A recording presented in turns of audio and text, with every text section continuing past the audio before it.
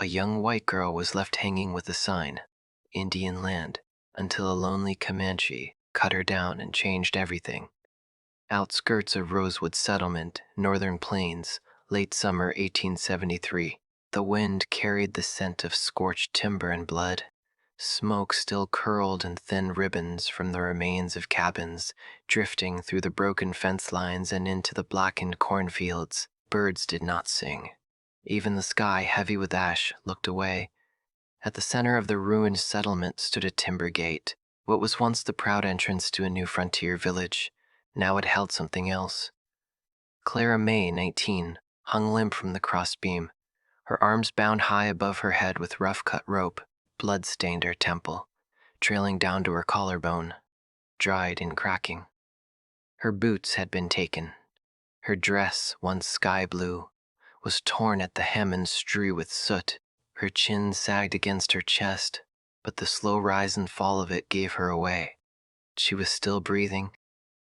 Beside her, nailed to the wood in dripping red paint, was a crude sign, Indian land. A small group of warriors lingered in the square, their horses chewing at sparse tufts of grass. One of them, broad-shouldered with war paint still streaking his cheeks, turned to the figure standing near the gate. "Leave her.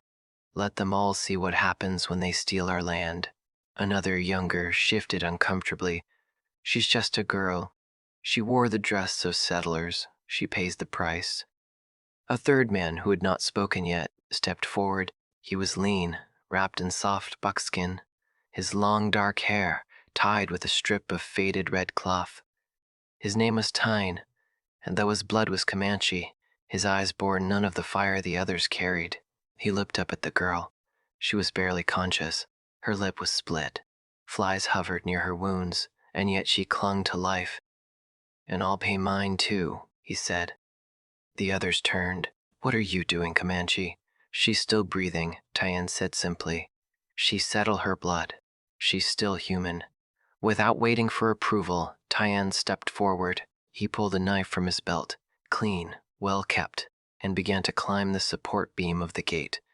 The wood creaked beneath him, ash dusting from the surface. "Touch that rope and you sever your place in the circle," one warned. Tyne said nothing. He reached the crossbeam. The sun hit her face. One eye fluttered open, then closed.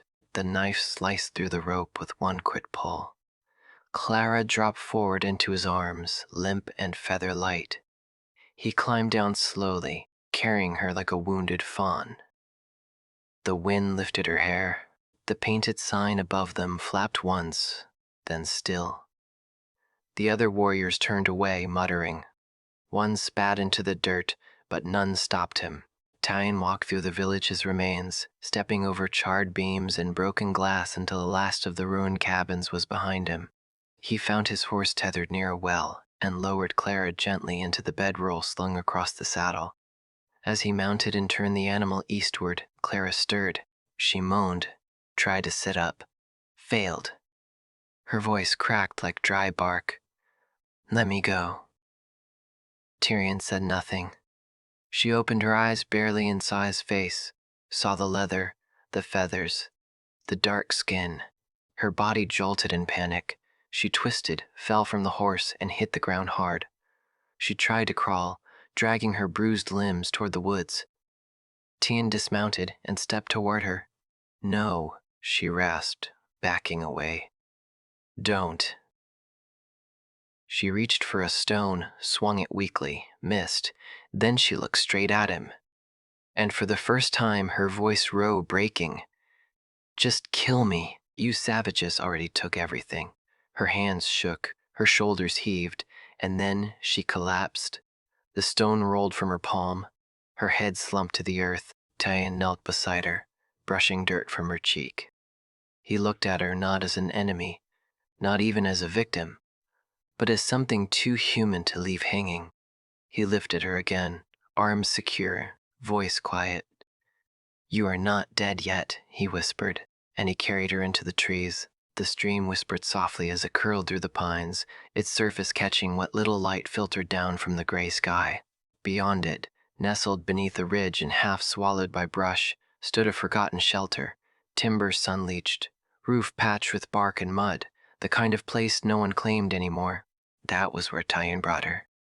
Clara did not stir much on the ride. Her head lolled against the saddle blanket, her lips cracked from sun and thirst.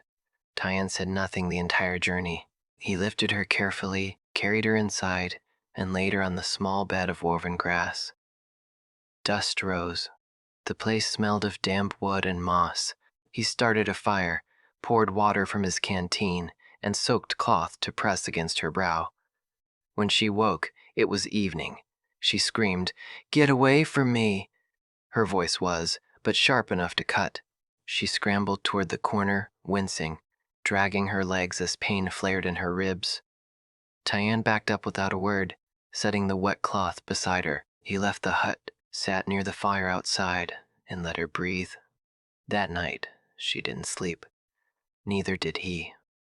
By morning, Clara had tried to leave. She stumbled down the hill, made it to the trees, but her ankle gave out, and she fell hard. When she came to, her face was pressed into pine needles, and her dress was caught in a thorn bush.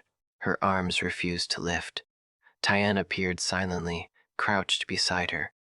"Don't touch me," she rasped. He did not. He simply waited.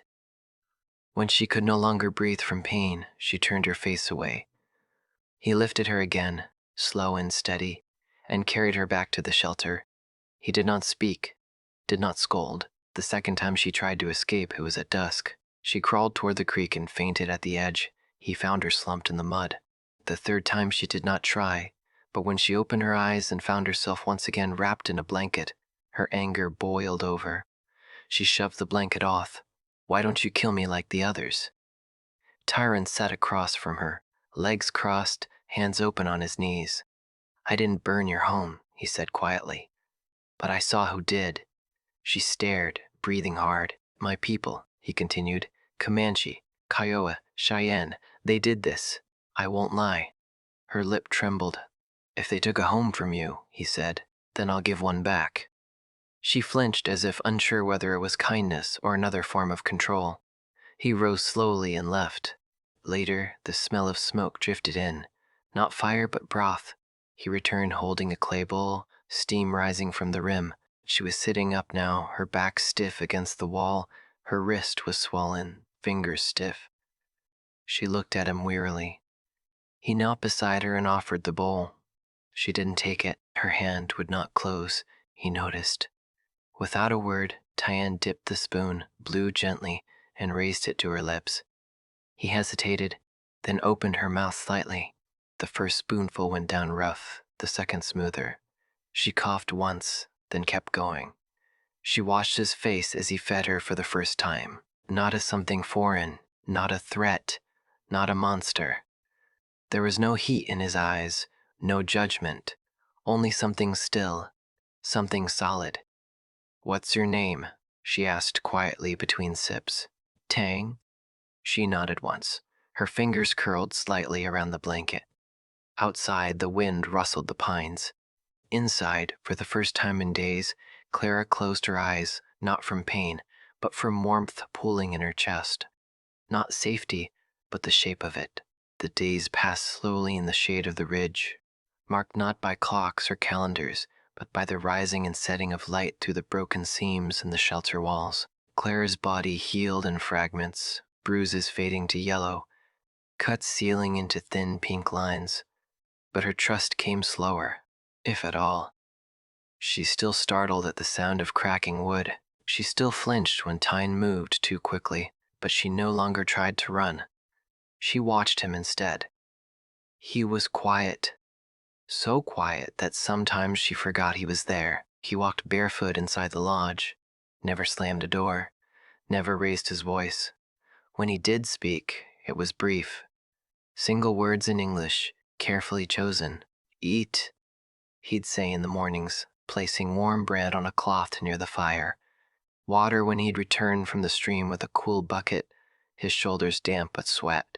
And then one afternoon when she froze at the sound of distant thunder, curling into herself like a leaf, he knelt beside her and placed a hand on the ground.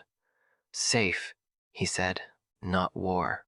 She looked at him, not entirely believing, but some part of her, some deep, tired part, wanted to.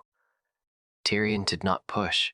He did not hover. Each morning he would rise before her and leave something by the door.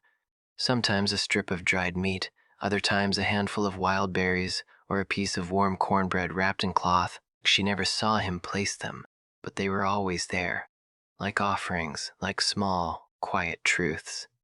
He slept by the hearth, she slept by the wall. The distance between them was not forced, but chosen. One morning, as mist clung to the trees and the air tasted faintly of ash, Clara stepped outside and saw him sitting on a flat stone hunched over a piece of wood, no larger than a loaf of bread. His knife moved carefully, not slicing but shaping. She watched in silence, arms folded against the cold. Later that afternoon, when he went to gather water, she approached the stone and saw the carving left behind. It was a bird, or nearly one, its wings half spread, its head raised. The detail was rough, but alive, as if it were halfway between being born and taking flight. She ran her fingers gently over the wings, then pressed her thumb to the unfinished edge. That evening, when he returned and found her near the fire with the wooden bird in her lap, she did not hide it. She looked up at him and said softly, "If you carve me wings, I'll try to fly." He didn't reply, but something in his eyes shifted. The next day, she helped gather firewood. It was awkward at first, her ankles still throbbed and her arms were weak, but she carried a small bundle back to the lodge and set it by the wall without falling. He watched but didn't comment. That night, she stirred the stew while he chopped roots. The moment was quiet, unremarkable, until she accidentally spilled salt into the pot and muttered a curse under her breath. Tyann glanced up from his chopping, raised one brow and said dryly, "Bad magic." Clara blinked, then laughed. It was the first time she had laughed in weeks. A short, startled sound, but it was real. Tahan tilted his head slightly, lips twitching at the corners. Not quite a smile, but close. They ate together in the warmth of the firelight, shoulder to shoulder, but not touching. Steam curling up from bowls that smelled of wild onion and bone. They did not speak much, but something passed between them, something that did not need words. When she burned her tongue, he handed her a cool cup of water with a soft, amused grunt. When he forgot to stir the pot and it stuck to the bottom, she muttered, "Tastes like revenge." And he chuckled, the sound low and unused. Later, as they cleaned the bowls, she asked him, "Why do you stay here alone?" Cannon paused. "Too many graves," he said, then added, "Not mine." She nodded. It was enough. That night, as she lay on her bed of woven reeds and fur, she stared at the carved bird on the shelf across the room. Its wings were still incomplete, but something about it made her chest ache, not with grief, but with possibility. She did not love him. Not yet, and he did not ask her to, but for the first time since her world had burned, she felt less like a ghost and more like a girl again. One sitting beside a fire, sharing stew with a stranger who no longer felt like one, and in the silence between them, a small fire sparked. Not loud, not wild, but warm enough to stay. The cold came early that week, sweeping down from the hills like a warning. The fire inside the shelter crackled low, wrapped in the scent of pine resin and slow-cooked broth. Outside, the trees bent slightly in the wind, their branches brushing the sky like bony fingers, searching for something lost. Clara sat near the hearth, her knees drawn up beneath the hide blanket Tan had patched the day before. Her fingers toyed with the edge of the fabric, not from cold, but from the quiet between them. Tian was beside her, carving again, his blade whispering against wood. The bird had new feathers now, lines more certain, wings more open. Clara watched it take shape for a long while before her voice, quiet and cracked, finally broke the silence. "They killed my parents," she said, eyes still on the fire. "Not like in battle. Just came into the house, shot my father through the back while he stood at the stove. My mother screamed. They dragged her outside and slit her throat. Tyne did not move. Clara's voice wavered but didn't stop. My sister tried to run. She was 14. They caught her, took her. I still don't know if she's alive. The fire popped sharply. Still, Tian remained silent, respectful in his stillness. I hid in the root cellar, she continued, her hands now pressed together in her lap. I watched from a crack in the floorboards as they burned the Thompsons alive in their cabin across the way.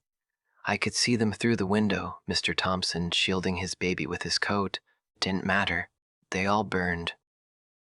She looked over, her eyes dry, but glowing with something deeper than tears. They painted the doors with blood.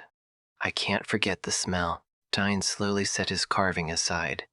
His voice came low like earth shifting beneath snow. I wasn't there, he said, but my people were. Clara said nothing, but her body stiffened. I was taken by the Comanche when I was 5, he said after a moment. My real parents. I don't remember. Just fire, screaming, then nothing.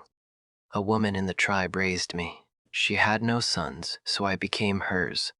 He leaned back, eyes tracing the lines in the roof above them. But I was never truly one of them. Too light-skinned, hair not dark enough, eyes like a coyote, they said.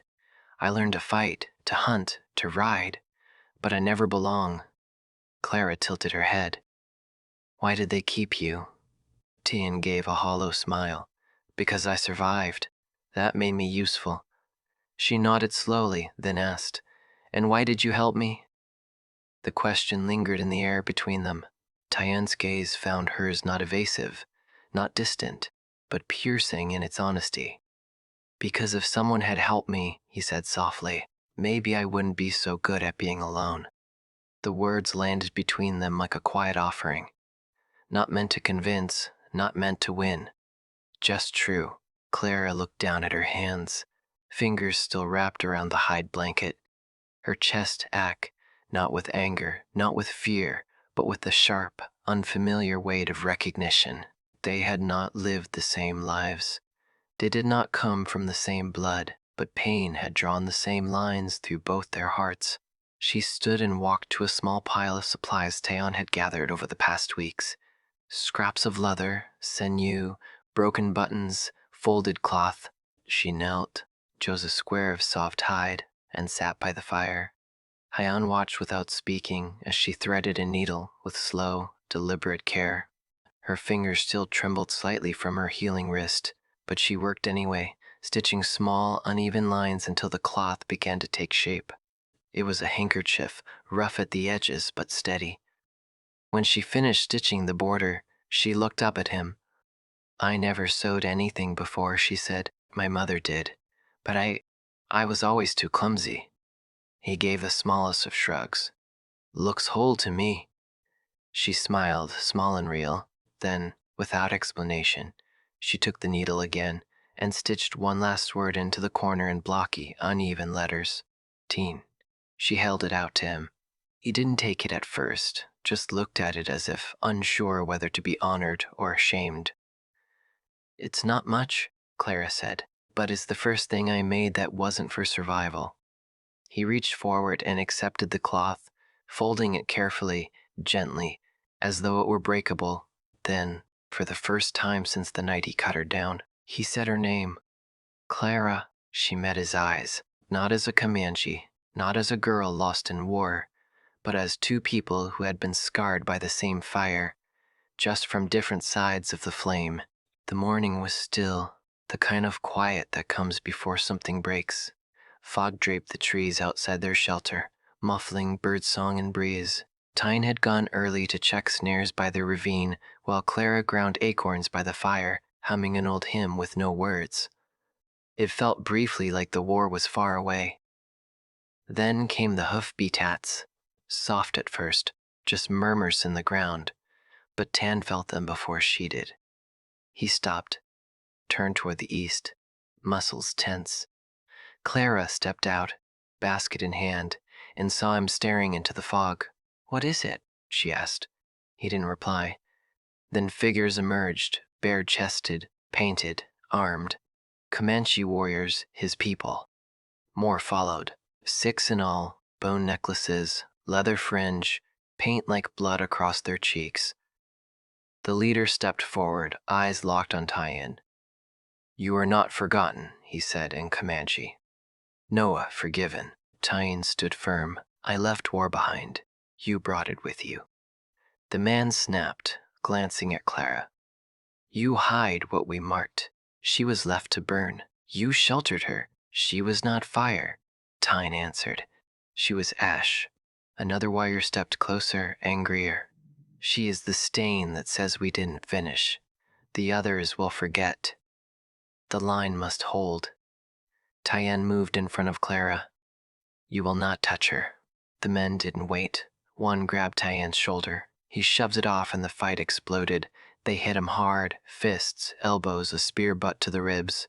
Clara screamed as he fell, blood across his cheek. But even on his knees, he kept himself between her and them.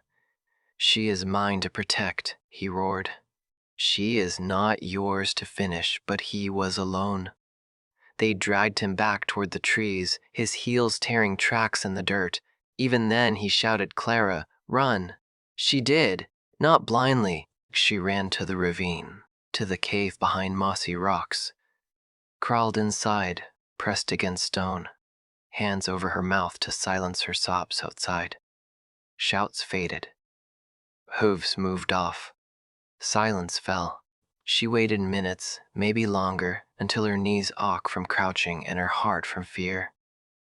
Then she crept back to the clearing.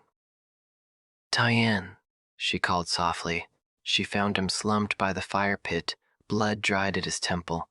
His chest rose but barely. She dropped beside him, shaking, brushing hair from his face.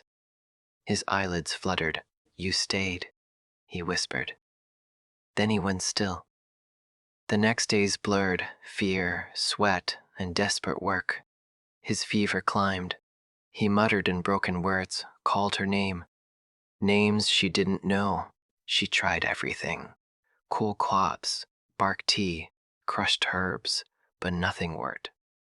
On the 5th morning, exhausted and hollow, she packed the leather satchel, tied a knife to her waist, and left.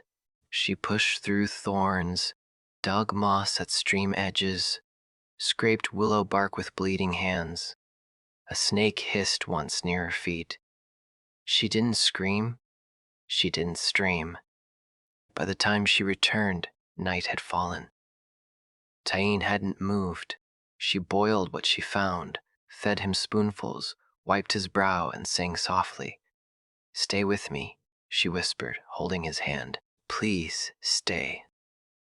At dawn, his fever broke. He opened his eyes, tired, red, but clear.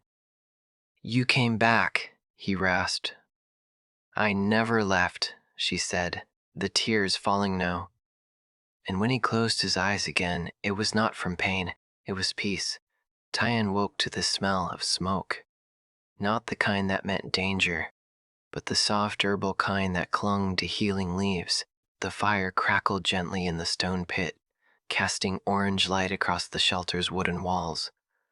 His body ached in dull waves, and his head throbbed with each breath. But the fever was gone. The fire was real. He was still alive. Clara sat beside the hearth, her knees drawn to her chest, a blanket wrapped tightly around her shoulders.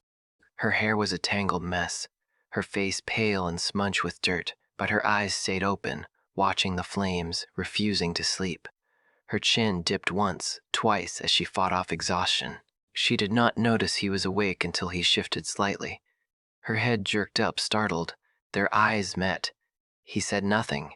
His lips were too dry, his throat too raw, but in his gaze there was a question, a quiet wonder. She leaned forward, poured water from a tin cup, and brought it to his mouth. He drank slowly, grimacing at the bitter aftertaste of herbs. When he finished, she set the cup down and reached for a damp cloth, dabbing gently at the sweat, still clinging to his brow. "You stayed," he rasped, his voice barely more than breath. Clara didn't smile. She didn't cry. She just nodded. He closed his eyes. Let the warmth of the fire press against his skin. Let the sound of her breathing anchor him. I thought, he began, but she cut him off softly. I know. She shifted closer, her voice but certain. You kept calling my name, she said, even when you could barely breathe. Tien opened his eyes again. The fire light made her face seem older, more worn. There were lines near her mouth that had not been there weeks ago, but there was no fear in her now. No flinching, no need to run. I could hear it, she added, almost to herself. Even when I hid, even when I was too afraid to move, Tien did not ask her why she returned. He did not have to. In the days that followed, he healed slowly. His strength crept back, one muscle at a time. Clara brought him broth, changed his bandages, helped him sit upright when the pain in his ribs flared. She never mentioned leaving. Not once. Every morning, as dawn crept over the treetops and lit the clearing in gold, Clara would wake to find something placed just outside the door. The first day, it was a single feather, long and silver gray, tucked inside a strip of leather. Huh.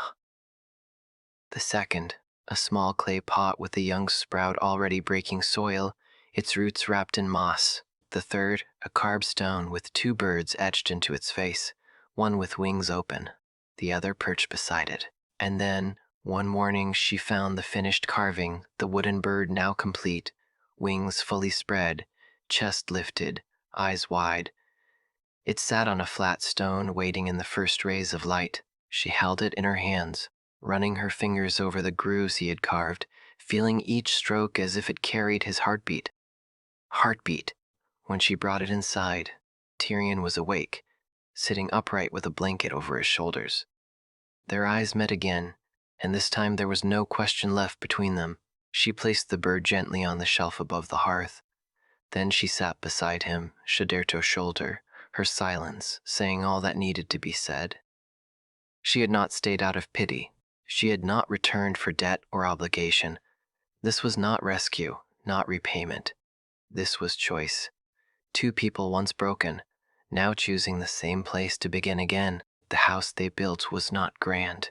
It did not have glass windows or painted shutters or floors that did not creak, but it stood firm on the ridge above the stream, made of thick-cut logs and packed earth, its roof layered with bark and hide to keep the rain out. The old lean-to was gone now, taken apart beam by beam, reborn into something stronger. Every board they placed was touched by both of them. Every stone in the hearth laid by hand side by side. Clara dug the new root cellar herself, her hands blistered but proud. Tien carved the door frame, inscribing small patterns along the edge, not tribal, not symbolic, just something uniquely theirs. When they were done, and the house was ready to hold more than silence and survival, Clara took a scrap of pine, sanded it smooth, and with the tip of her smallest blade, carved slow, careful letters into its face, home of Clara and Tyrion, where no one was left hanging. She nailed it above the door herself. It was late summer when they found the child. They had gone deeper into the woods in search of honeycomb and had followed the sound of crying instead. Beneath a fallen wagon, half covered in leaves, lay a boy no older than 5, his clothes tattered, a welt on his temple, his eyes so wide they looked older than he was. He did not speak for 3 days. They brought him home, fed him warm broth, let him sleep by the fire. Tien gave him space. Clara gave him names for things: fire, blanket, safe. On the 4th morning, he reached for her hand and whispered, "Anina." Clara froze, eyes stinging. It was Comanche. Mutter. Later that week, as Tien knelt to help him fix a broken toy wheel, the boy mumbled, "Panna?" Tien paused, then smiled. But they never asked where he came from, never pressed him for what he had seen. It was enough that he stayed, that he laughed eventually, that he learned the alphabet as Clara drew it with charcoal on smooth bark, that he sat between them at meals, and sometimes in his sleep called out names they did not know. They planted corn that year, rose crooked and stubborn, built a chicken pen, sang songs without words. On warm nights they sat outside beneath the stars. The boy nestled between them, pointing at constellations as Tyon gave them names only his people knew. In time, travelers passed through, traders, wanderers, those without maps. Some stayed for a night. Some left behind seeds, advice, or news from far-off towns.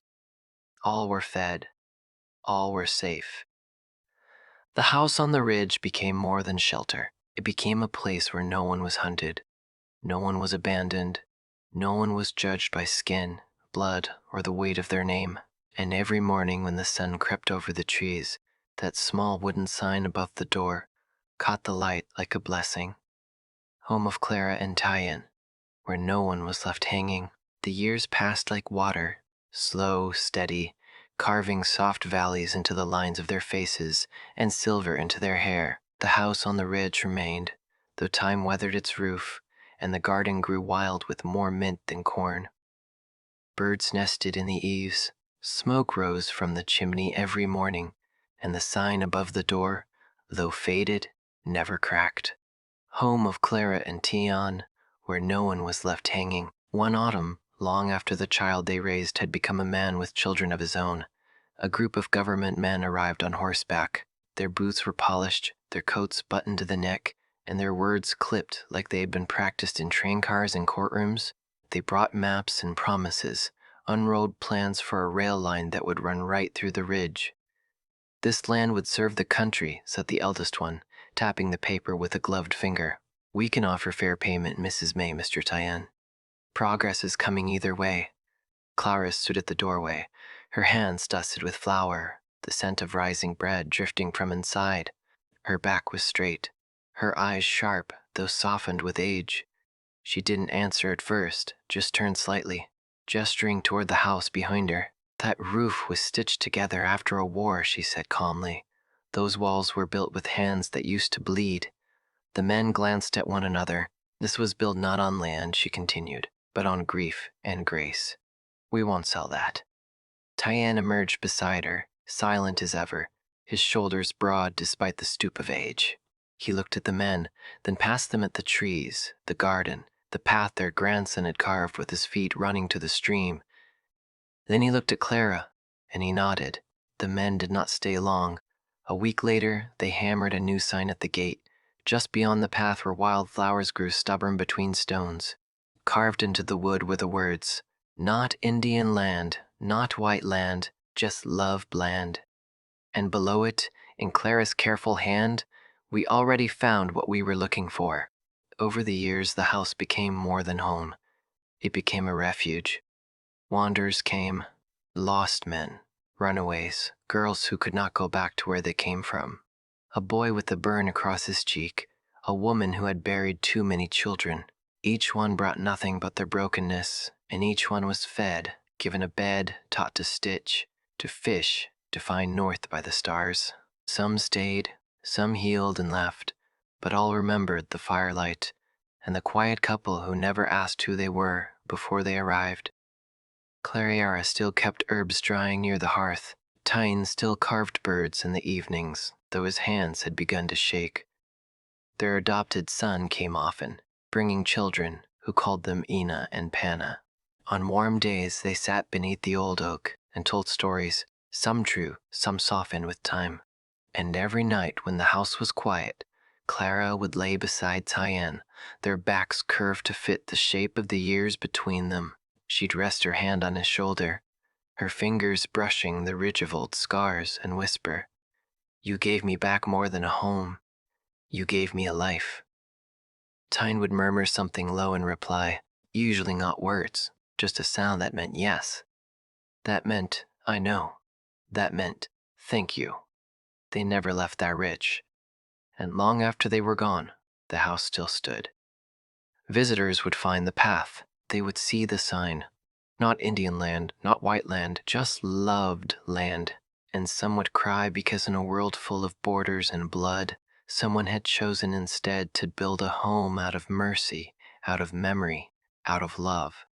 If this story touched something quiet and aching in you, If you felt the weight of Clara's courage, the depth of Tyrion's silence, and the sacred beauty of a home built not by blood, but by choice, then you've just taken a ride through the kind of love we live for here at Wild West Love Stories.